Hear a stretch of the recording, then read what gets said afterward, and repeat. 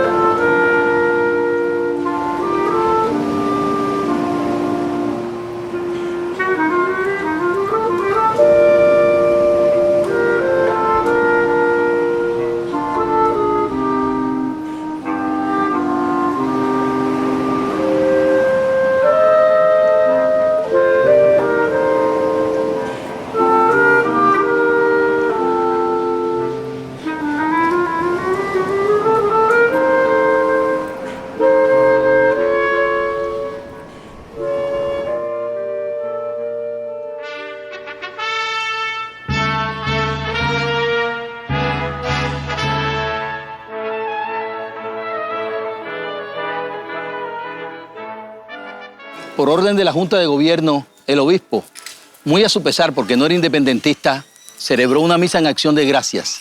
Cartagena se había convertido en un estado libre y no iba a ser fácil administrar la independencia. Esa mañana se presentaron en el Palacio de Gobierno Gabriel Gutiérrez de Piñeres y Nicolás de Omaña con muchas exigencias. Entre ellas, superar los conflictos con Mompox, que venían desde el 6 de agosto de 1810, cuando los momposinos declararon la independencia. También pretendían el cierre del Tribunal de la Inquisición.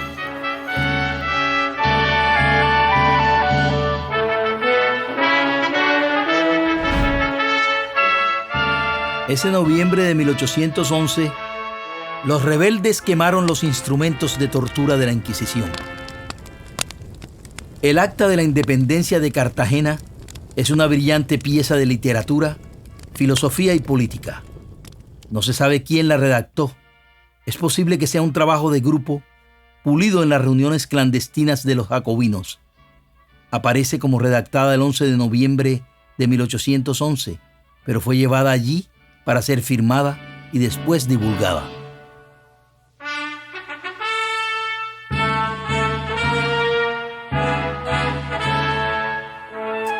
Los inquisidores se llevaron el archivo del tribunal para Santa Marta, que era tierra realista. En esos primeros años de independencia sobrevinieron épocas de turbulencias, caos y anarquía.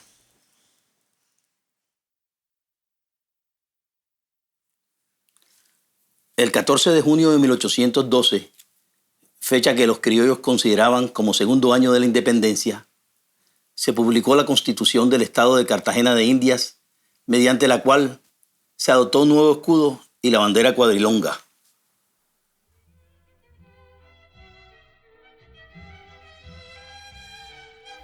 La rivalidad entre toledistas y piñeristas se hacía cada vez más intensa. Por otra parte, las milicias pardas y los lanceros de Getsemaní se encontraban fuera de control y su rechazo a los toledistas era cada vez mayor. El primer presidente del Estado de Cartagena, José María del Real, se vio en la obligación de poner una horca en plaza pública para contener a los cabecillas de los desmanes. Por otra parte, la guerra contra Santa Marta y la revolución de las Sabanas, que fue un movimiento de resistencia que se dio en Sampués, Chinú, Lorica, Sincelejo, desgastó mucho el Estado de Cartagena. Esa rebelión se conoce como la Revolución de los Curas, porque fue liderada por sacerdotes y algunos hacendados.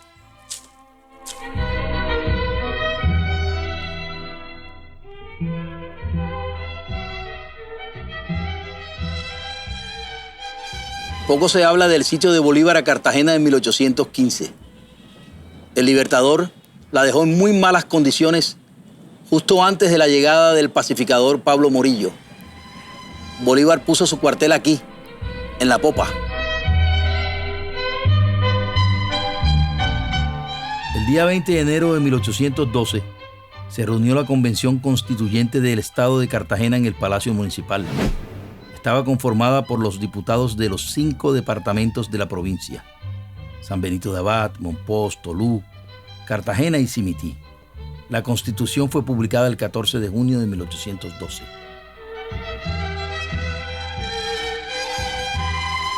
El primer presidente elegido fue José María del Real Hidalgo, uno de los protagonistas del 11 de noviembre. Debido a la anarquía reinante, después de la independencia, se vio en la necesidad de ejercer una dictadura. Los lanceros de Getsemaní se amotinaban en contra de la Convención de 1812. Del Real solo duró 68 días como presidente. Lo reemplazó el joven de 24 años Manuel Rodríguez Torices, y como vicepresidente, Gabriel Gutiérrez de Piñeres, líder de la independencia.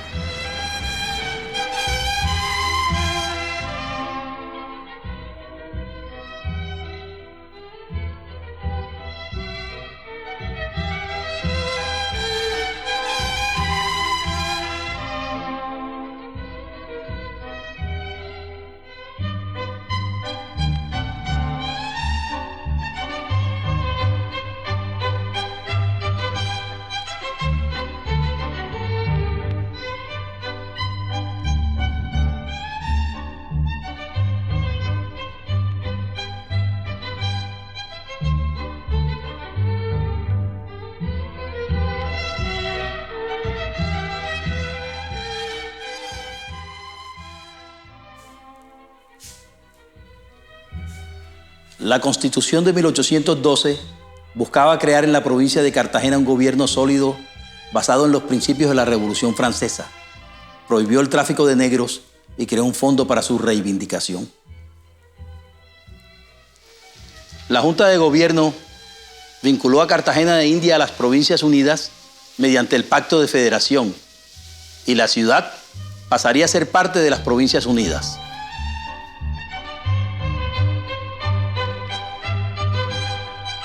Se adoptó en la Convención Constituyente de enero de 1812, cuando se creó el Estado Soberano de Cartagena de Indias.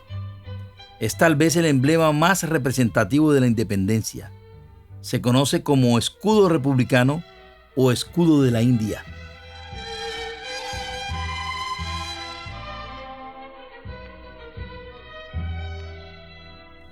Los cartageneros adoptaron la cuadrilonga en 1812, cuando se estableció el Estado Soberano de Cartagena de Indias. Estaba conformada por 3 rectángulos, de allí su nombre, cuadrilonga, que quiere decir cuadrados largos. Bolívar portó este pendón en su campaña admirable, que partió con tropas del estado de Cartagena y consiguió la liberación de Venezuela. Podemos imaginar la entrada triunfal de Bolívar a Caracas portándola.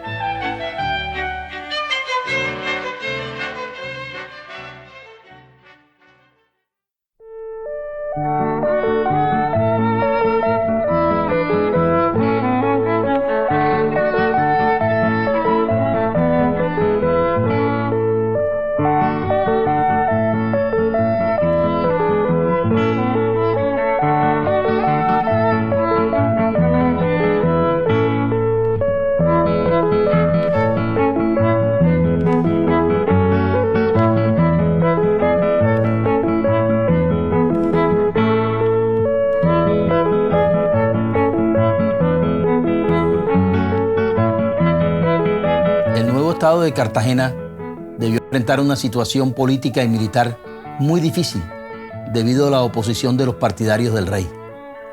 Manuel Rodríguez Torices, nombrado presidente dictador, organizó 3 frentes para combatir a los realistas, quienes ocupaban varias regiones de la costa atlántica. La primera fue la expedición a Santa Marta, donde Pedro Labatut, un general veterano de las guerras napoleónicas, comandó de manera despótica las fuerzas contra la población samaria. La segunda, en la zona de las Sabanas de Bolívar, comandada por Manuel Cortés y Campomanes, un experimentado oficial republicano español. Hubo cruentos confrontamientos en el arroyo de Mancomoján y a las afueras de Ovejas. La tercera, en el Golfo de Morrosquillo y Tolú, dirigida por los hermanos Miguel y Fernando Carabaño, patriotas venezolanos. Rodríguez Torices contrató al oficial francés Pedro Labatut para someter la ciudad de Santa Marta, fortaleza realista en el Caribe. El 7 de noviembre de 1812, derrotó al ejército español en la batalla de Sitio Nuevo y poco después volvió a vencerlos en Guáimaro. En diciembre, el general Labatut prosiguió sus triunfos en San Antonio, Ciénaga y San Juan. Finalmente tomó Santa Marta el 6 de enero de 1813, conquista que no duraría mucho tiempo porque los soldados independentistas, en su mayoría mercenarios y extranjeros, como su general, se dedicaron a saquear las casas y los templos. Los pocos samarios que apoyaban la independencia absoluta la rechazaron de una vez por todas. Pocas semanas más tarde, el 4 de marzo, Labatut fue atacado por indígenas de Mamatoco y por los mismos ciudadanos, hastiados de su violencia. El general, vencido, se embarcó rumbo a Cartagena. Después del fracaso de la expedición encabezada por Labatut, las fuerzas de Cartagena intentaron reconquistar Santa Marta.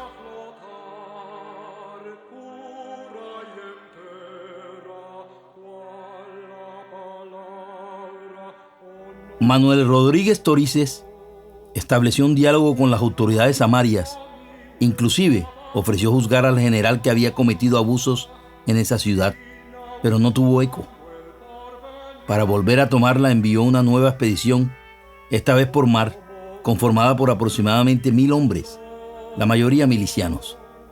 El propio presidente se puso al frente, compartiendo el comando con el coronel francés Louis Chatillon. Marcharon por la sabana de Toribío, donde fueron emboscados y masacrados por el capitán realista Narciso Vicente Crespo. En esta batalla murieron 16 oficiales republicanos de alto rango, entre ellos Chatillon. En el campo de batalla quedaron regados alrededor de 400 soldados patriotas. Rodríguez Torices regresó derrotado con los sobrevivientes de la expedición. Cartagena de Indias se había quedado con muy pocas tropas para defender su independencia. Gabriel Gutiérrez de Piñeres, entonces presidente encargado, solicitó sin éxito apoyo a las Provincias Unidas. Pidió también que los soldados que andaban por Cúcuta con el brigadier Simón Bolívar regresaran a la plaza. En la desesperación por reclutar más combatientes, Piñeres dirigió una proclama popular donde ofrecía un jugoso botín de guerra. Los milicianos podrían quedarse con las propiedades conquistadas en Santa Marta. Esta propuesta solo consiguió aumentar el odio entre las dos ciudades. Cada samario se volvió un soldado. El Congreso de las Provincias Unidas no aprobó la oferta. Santa Marta se convirtió en un bastión realista. Fue aquí donde recibieron al ejército pacificador de Pablo Morillo antes de sitiar Cartagena en 1815.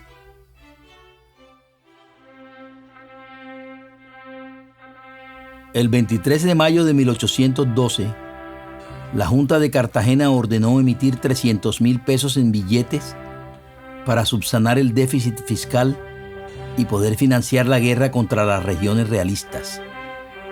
En septiembre de ese año, se había producido en las sabanas Corozal, Sincelejo, Lorica, Chinú, un fuerte movimiento contra la independencia conocido como la Revolución de los Curas, porque lo lideraban religiosos de esas poblaciones. El 22 de octubre, el oficial republicano Manuel Cortés Campomanes, con 700 hombres, se internó en las sabanas. Pocas semanas después, el 12 de noviembre, se llevó a cabo la batalla del arroyo de Mancomoján, entre el Carmen de Bolívar y Ovejas, en la que los españoles fueron derrotados. Cortés Campomanes, sin ser autorizado, fusiló y descuartizó a 16 enemigos. Estos actos de crueldad generaron resistencia y oposición en estas poblaciones. Campomanes sería juzgado por un consejo de guerra y declarado inocente. La denominada Revolución de las Sabanas contra la independencia absoluta de España fue la oposición armada que en 1812 presentaron las regiones de los que hoy son los departamentos de Córdoba y Sucre.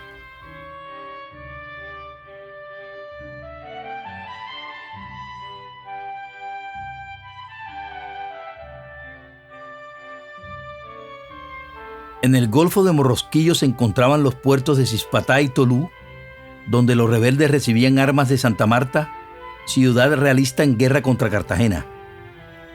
También fueron muy influyentes los sacerdotes de esta zona, quienes rechazaban las reformas que traería la emancipación.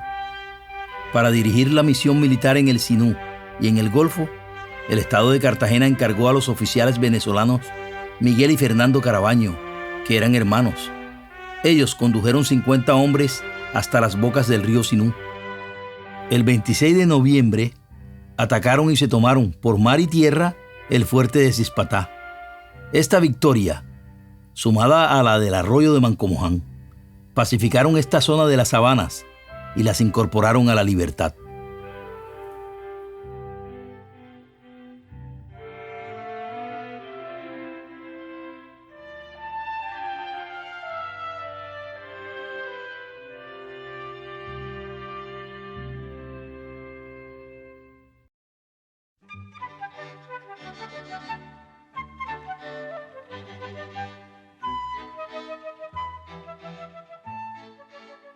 El gobierno federal del estado de Cartagena le entregó a Bolívar 200 hombres, la mayoría mulatos de Cartagena y de la ribera del río Magdalena. Se le nombró comandante de Barranca con la misión de apoyar a Pedro Labatut, el mercenario francés que lideraba la guerra contra Santa Marta. Sin embargo, Simón Bolívar, al llegar a Barranca, no atravesó el río hacia Santa Marta, desobedeciendo órdenes superiores. Por el contrario, se encaminó río arriba, hacia Tenerife, donde el ejército español protegía la boca del río. Hubo un enfrentamiento y el 21 de diciembre de 1812, Bolívar obtuvo su primera victoria. Derrotó otras defensas realistas a lo largo del río y 5 días más tarde arribó aquí, a Mompox, donde vivió un breve romance con la francesa Anne Lenoir. Posteriormente venció a las tropas realistas en la batalla de Cúcuta, donde desplazó del mando del ejército al cartagenero Manuel del Castillo y Rada, hecho que generó una larga enemistad entre ambos y que tendría repercusiones más adelante. Bolívar fue nombrado jefe supremo de los ejércitos de las provincias de la Nueva Granada. Sitió y sometió al estado de Cundinamarca, integrándolo a la Unión en diciembre de 1814. Después de este éxito militar, el Congreso lo autorizó para dirigir una campaña con el fin de tomar Santa Marta, fortín realista, e impedir el desembarco del pacificador Pablo Morillo.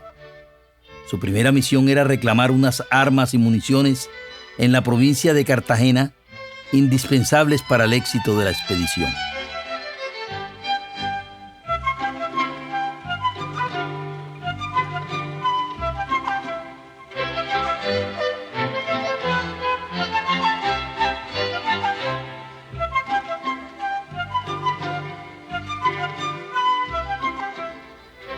El Libertador estuvo primero aquí en Mompox, a donde arribó el 10 de marzo. Lo recibieron los hermanos Celedonio, Germán y Gabriel Gutiérrez de Piñeres, quienes habían sido desterrados de Cartagena por sus rivales, los toledistas. Desde aquí envió una carta a las autoridades cartageneras solicitando las armas que pertenecían al gobierno de Santa Fe.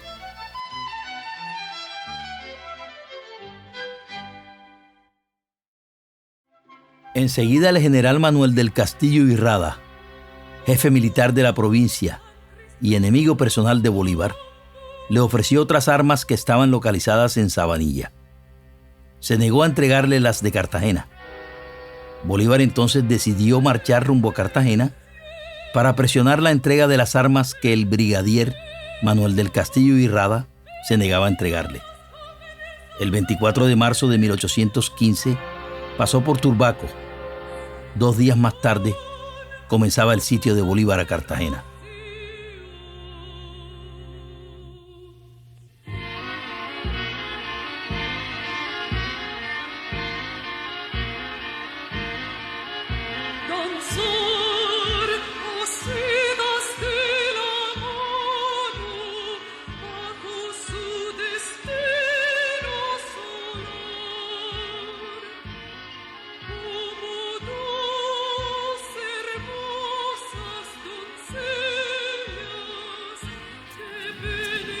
Instaló su cuartel aquí, en el convento de la Popa.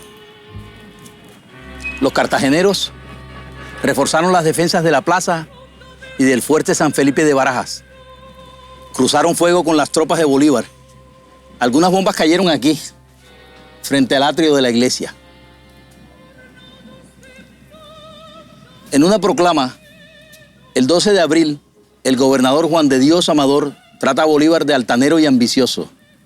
Lo acusa de desconocer las órdenes del gobierno central y afirma que él y sus oficiales son una banda de salteadores. La expedición del pacificador Pablo Morillo había desembarcado en Carúpano y en Isla Margarita el 5 de abril.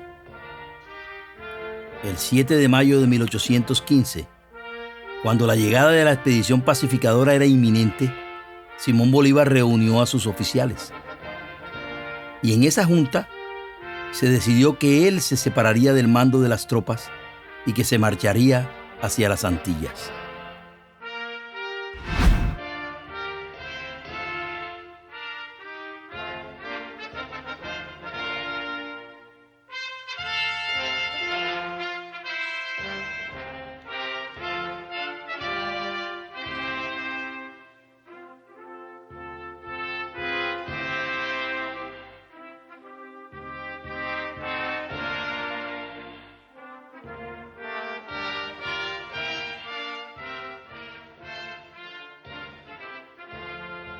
Al día siguiente, en una casa del pie de la Popa, Simón Bolívar y Manuel del Castillo y Rada se reunieron para firmar un convenio y poner así fin al asedio.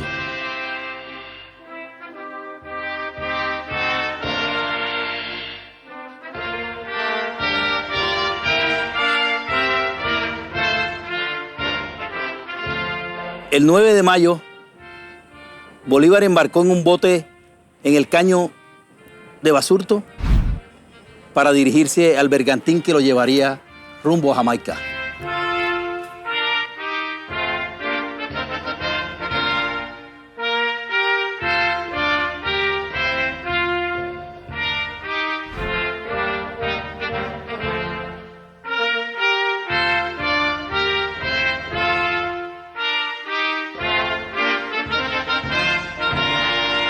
Cuando acabó el sitio, el comisionado del gobierno general, Juan Marimón, emitió una proclama a los cartageneros que comenzaba así: Ciudadanos, ha pasado ya la borrasca. Se ha concluido la guerra civil. El general Bolívar ha salido ya de nuestro puerto. Los perjuicios que habéis recibido son grandes e irremediables. Si los gobernantes cartageneros le hubieran entregado las armas a Bolívar, es probable que hoy estuviésemos contando otra historia.